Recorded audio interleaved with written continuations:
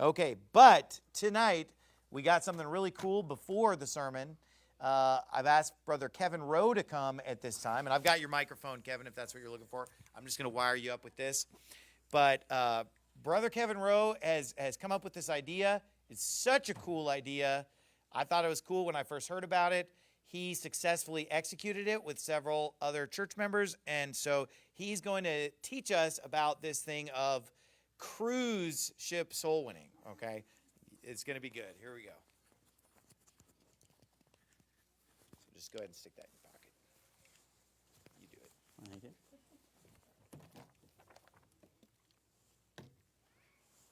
All right, so I want to just talk briefly about a Caribbean cruise mission trip that I led last month. I think they handed out an insert that basically shows the itinerary and some of the pictures from that. But basically this idea came to me because I have a desire to get someone saved in as many countries as I can, and cruises are a cost-effective way to do that.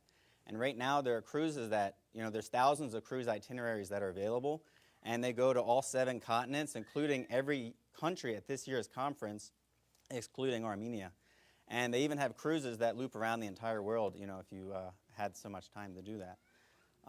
But basically for the North American cruises, there's basically 4 options, and I want to kind of show you on the map here. But basically there's, because you have a hub where the cruise sends out from, basically there's one option where you can start from California side and basically do, Baja California, Mexico, somewhat of Central America within a week. But since that speaks Spanish and I don't speak Spanish, I didn't do that one. The other option is basically Texas or Louisiana. A lot of those cruises go to Mexico, Belize, a little bit of Central America. Again, I didn't choose that one. The other option is pretty much Florida, which mostly will do these upper islands, Bahamas, Jamaica, and some of the ones. You can go a little farther down with those cruises, but then you wind up having at least one day of just on the sea travel, on the sea back. So within 1 week, you would probably only see maybe 3 islands. And so we went with option 4, where if you actually fly in to Puerto Rico, which is very good because it's an American territory, you can fly there cheaply for about $300. And now you're surrounded by all these countries and all these islands, and you can basically do many islands in 1 week with very little downtime. Of course, if you had the time to do 2-week mission trips, you can do a lot of other cool things. For instance, you can actually go from California all the way to Florida through the Panama Canal and do these really elaborate things. But we were just trying to do a 1-week cruise, and we were trying to do it as many countries as possible for as cheap as possible. So, with my pretty much ideal itinerary found, which is the one that I chose, here's how it went down. So, the first day, we flew into San Juan, Puerto Rico. We got there about 2 o'clock, and we Ubered from the airport to the cruise terminal. And what's nice is that Puerto Rico is pretty much the only Caribbean country that even has Uber access. So it was real cheap, real easy to do that. We boarded the boat pretty much like going through the TSA a second time. We put our bags in the room, and then we basically had one of our first buffets. And so a big part about the cruise is really the food, right? So how the buffet works is basically there's a buffet area on the boat that's open from sunrise to sunset, and they have distinct menus for like breakfast, lunch, dinner, and then kind of snack times in between. And there are a bunch of different stations for different types of food, right? There's like a Mexican, Indian, Italian, British, it's massive. Everything you could want is there. And then they also have like, a salad bar, ice cream, shop, bread place, drink thing, and everything's free, right? All you can eat at all times of the day, everything's free, except for like cans and bottles. You have to pay extra for that. And also every day, everything is new, right? There's never the same thing twice. So after we ate, we left the boat because this was like our first day. We went to a local mall called Plaza Las Americas, which happens to be the largest mall in all of the Caribbean. It's the second largest mall in the Latin American-speaking world. We figured that'd be a good place to find some English-speaking people, just because it was a big mall, right? It still wasn't that easy though. But we did get one person saved in English and one person saved in Spanish. We only had a couple hours till the boat had to leave, so we went back to the boat and had our first dinner. And so there's a separate, outside of the buffet system, there's a separate kind of fancy dinner system where, once per night you can sign up to this fancy, have reservations, and you're basically, you're given a menu that has like starters, entrees, desserts, and you can order as much as you want because, again, everything's free. And, some of the things we ate were steak, lobster, prime rib, salmon, beef Wellington, and we all pretty much ate an absurd amount of ice cream. But I have no regrets. So the basic itinerary for the boat's basically at each island from 8 a.m. to 6 p.m., which leaves about 9 hours per day during the day, and then overnight is when the boat's going to the next one. So pretty much you wake up every morning and you're in a new country. So the itinerary that I set was pretty much from 8 to 9, we'd eat breakfast while it's arriving at port, and then we'd walk or taxi to town. 9 to 12, we'd go soul winning for about 3 hours. 12 to 2, we'd go back to the boat, we'd cool off, we'd eat lunch, and then we'd go back out. 2 to 4, we'd go out soul winning for another 2 hours. And then, 4 to 5, we'd go back to the boat, leaving a little time, you want to leave a little buffer in there. And then normally from there, we'd pretty much shower, we'd eat at the dinner buffet, then we'd relax or do maybe a recreation. And then we'd go to the fancy dinner, like a second dinner, right? Then you'd eat like your dessert at the fancy place. Then you'd go back to the buffet for the post-dessert dessert. And yeah, so we ate a lot. It was great. But because we split the day in half like that, we were able to, as needed, kind of take a half a day off. Like, oh, I'm not feeling good. I'm gonna sleep. I'm gonna sleep in, and I'm gonna start soul winning after lunch or this or that. And so we kind of alternated that. So we didn't go ultra hardcore in this thing. We probably did about 3 or 4 hours of soul winning per day. You definitely could do more. Like I said, you have over 9 hours on the island every day. But the thing is, right, the boat, everything's free, so at any point you can just go back, and you don't really have to spend money in a country. You can just go get it all free at the boat, which is nice. So the next thing I want to describe is pretty much how a port city works. There's always going to be like a tourist area, which is going to be like a few blocks or streets that are just, where everyone's trying to sell you stuff. So it's not a very good idea to preach there just because all they want to do is sell you things. But outside of that, you're pretty much going to have a business area for all the locals where they shop. And then outside of that, it's probably going to be the residential area. And either of those would be great for soul winning. And now the ship can dock either directly in the tourist area or in like an industrial area where you'll have to either like walk for a half hour or take a taxi. And taxi is definitely the better option.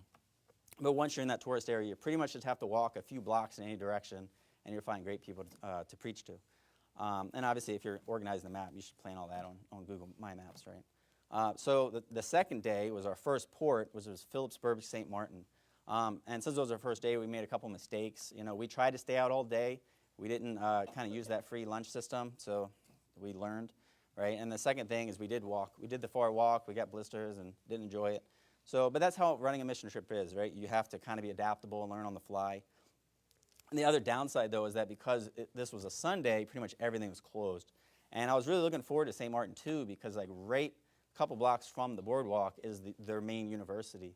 But it was all closed. We actually went and talked to like a security guard, but we weren't able to really preach to anybody. But we did some soul winning in the business or residential areas, and we got 16 people saved there. And, I think we'd do much better on a weekday. And I think this country still has a great opportunity there. So I definitely want to come back. And we wound up hanging out just on the boardwalk and the beach, tourist area. And they were both very nice. Day 3, we went to St. John's, Antigua. And unlike St. Martin, here, once you're off the boat, you're right in the action. And so in the morning, we went soul winning in a residential area. But it was pretty much raining the whole time. So we were walking around with umbrellas. We got a few salvations in English, a few in Spanish. But we had to really work for it. But after lunch, though, we went soul winning, just like right off the boat, just a couple blocks away. And they were just surrounded by what was apparently is when all the school kids got off their off their school. So everyone was just the streets were packed with students. And kind of like what Caleb said, preaching to the students is really like a cheat code for missions, right? It's just like you're going to get a bunch of salvations. So because of that, most of us thought this was the best island on the trip, right? Brother Mark said it felt like he was back in Fiji. So we had a total of 26 salvations, most of which were in the afternoon. So on day 4, we went to Castres, St. Lucia. Now, this is another one where you want a taxi to the city. It's pretty far. But we started off in the morning, the same spot the previous Faithful Word trip went to was Derek Walcott Square. And a little background, I had my honeymoon this year in St. Lucia. And while I thought the country was beautiful, I personally thought the soul winning was kind of awful. While we were there, we had a lot of people get really confrontational about us and yell at us about eternal security. So I was kind of curious to see, is it going to be better this second time around? And unfortunately, it really wasn't. We had the same issues at this square. And, this square had, 2 different Jehovah's Witness stands set up. It had a lot of, Seventh-day Adventists we met, and just a lot of, Rastas I kept running into that I was sure were demon-possessed. And in my opinion, the Rastas are the worst of the 3. But despite all that, we were still able to get a couple people saved, including a bus driver who gave us a free ride back to our ship. And then after that, we tried different tactics. Again, if it's not working, you got to change, right? So tried a different tactic. We went to a covered market where people were just like selling produce, and we were pretty much just selling to the stall people because there wasn't that many people buying stuff.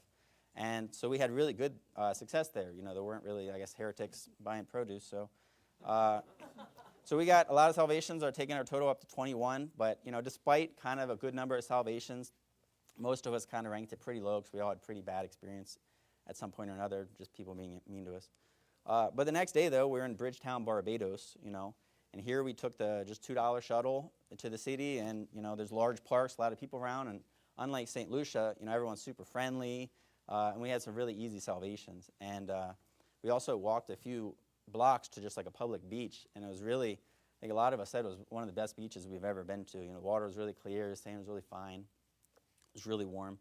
But because we did that, kind of on the fly, we kind of stayed out long, so we had a late lunch, we went back, and then afterward, it was kind of too late to go back out to the city with the bus, so then we just tried, we were in the industrial area, we're like, let's just try, going around to these businesses and just preaching the industrial area, and we had a couple salvations there too, so even that worked out well. So I think I'd rank Barbados as the second best island. If we didn't run into all the school, kids in Antigua, this would probably be the best island. Certainly it was, it was the prettiest as well. So day 6, was kind of our last country, was Rosio Dominica. I don't know how to pronounce it. This place, was pretty rough in general. I think also we were, with all these days in a row, pretty long days, we were pretty worn out. So we didn't really stray super far this day either. We stayed pretty much on the main street, which was just like packed full of people. But because of that, everyone was really busy. No one really wanted to listen to you. And, I had a lot of people that were, like, heckling me from across the street. I had, like, a lot of, like, Rastas would come up and, like, break up conversations and kind of ruin it.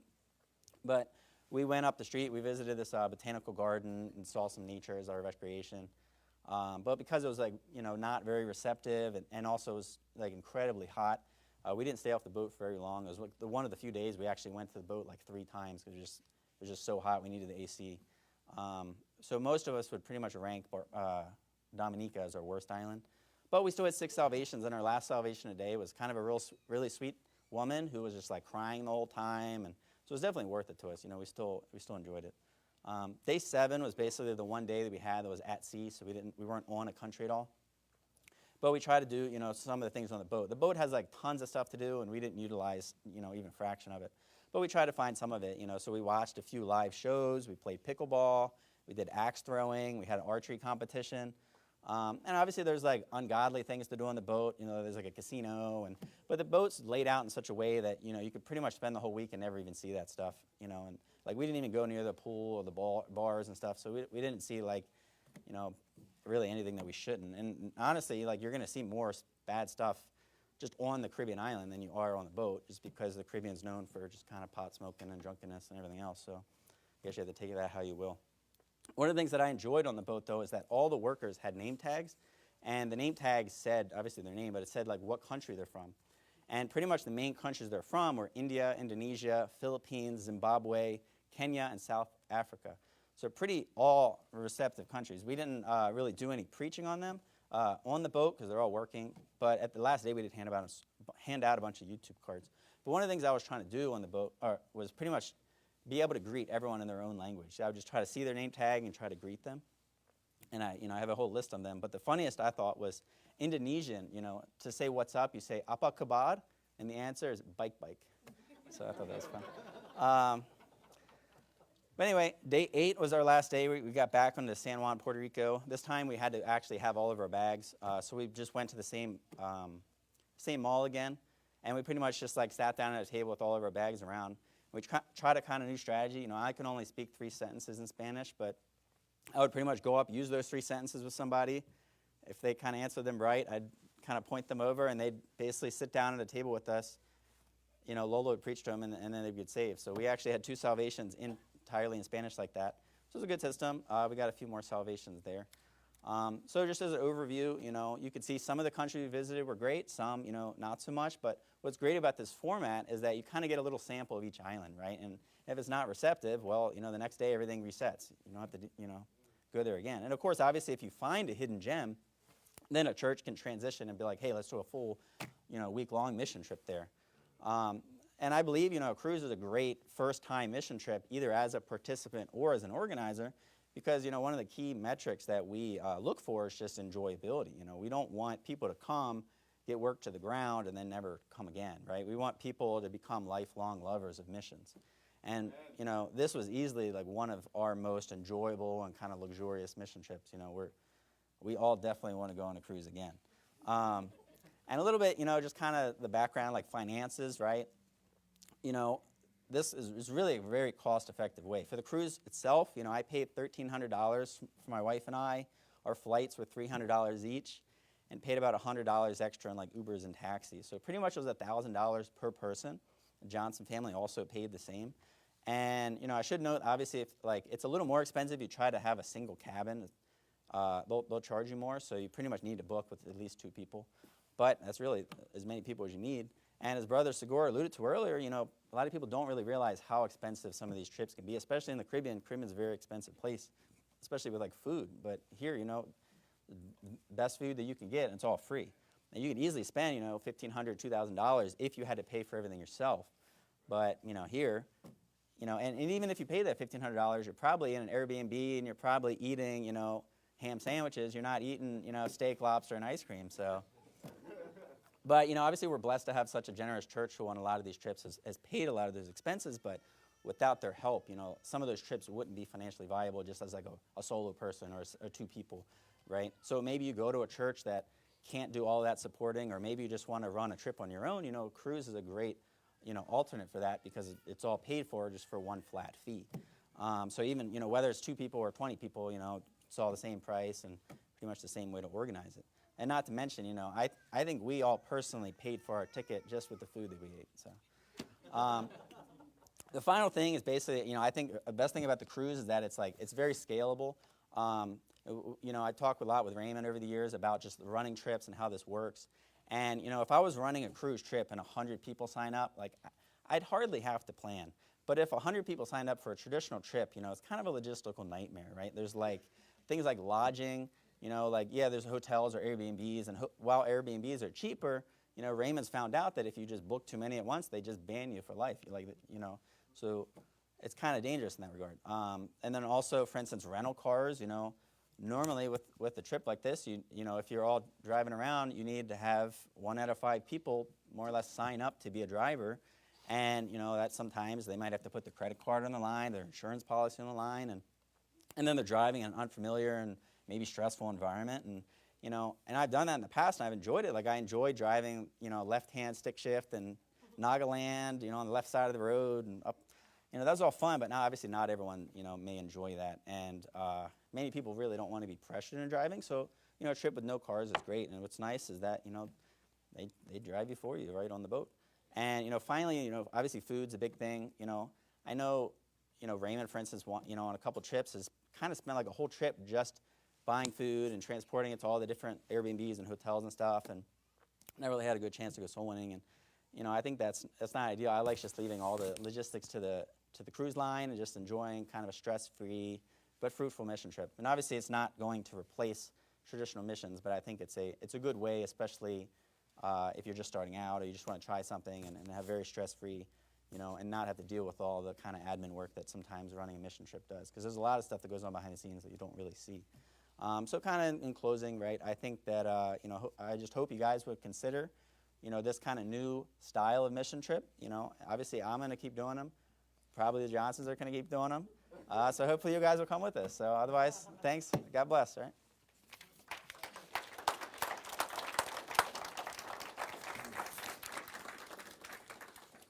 Yeah, I think it's such a great idea. It's tailor-made for our philosophy around here of common sense missions and just the way it works out. And I mean the price. I mean $1,000 a person. It's pretty hard to plan a missions trip for less than $1,000. I mean, and so that's incredible. And I mean, do the math. They got 80 some people saved, right? 5 people go out there for a week, get 80 some people saved. That's incredible results. And I like the idea of kind of sampling all the different mission fields, and then later you could send a big group to the good ones and whatever. And I really love what he said about how, people that are in, say, an old IFB church where, you're buying tracts to hand out even locally. They're selling you the tracts. Nothing's free with the old IFB, if there's ice cream after the service, you're paying for it, And so the thing is, if you're going to that type of a church, or let's say you're going to an old IFB church, you could literally just get together with a buddy. You and just a couple of dudes could just be like, hey, let's get a week off from work. We both got $1,000. You could do this. And it's like no excuse not to do a DIY mission trip. I think it's great. And you could get 4 people, 2 people, 6 people. It's scalable. Like he said, you're not going to be like, whoa, there's too many people coming. And I've been to these ports. I've never been on a cruise, full disclosure. So I don't know what that's like. Sounds great, though. But I've never done it. But I have definitely been to these port cities because I've been on soul winning trips where the ship is right there. And I see the people kind of getting off the ship and getting on the ship. And so I know exactly how these cities work. And like he said, you literally walk like 10 minutes and you're out of the tourist area and you are in that country and you are deep into that country after walking for 10, 15 minutes. And it's like 2 different worlds where everybody's poor, it's all the locals and whatever. You just get out of that tourist zone. But 99% of the people on the cruise, they're staying in that tourist zone. I've always found that getting out of the tourist areas is a more authentic experience anyway. Like whenever I travel to other countries, I'm actually more interested in kind of getting the real life than just seeing a bunch of like, I want to say Sehenswürdigkeiten. I never can think of a good word for that in English, Anzo. The sights, I guess you could say. And so I always want to, see the real stuff.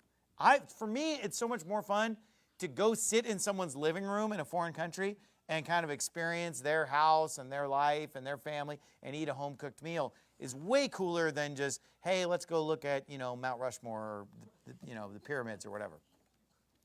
And so I love this idea. I hope that people online are listening to this.